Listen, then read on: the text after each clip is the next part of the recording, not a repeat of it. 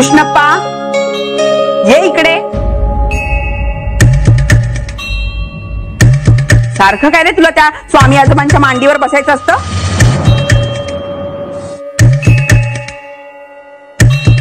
आमच्या मांडीवर बसलाय म्हणून त्याचा उद्धार निश्चित आहे. अढळ पद आहे ते. हजारो वर्ष तप केल्यावर ध्रुवाला मिळालं होतं.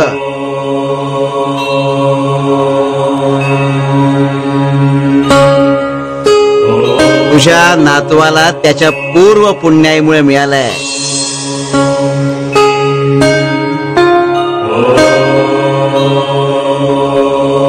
नशीब समाज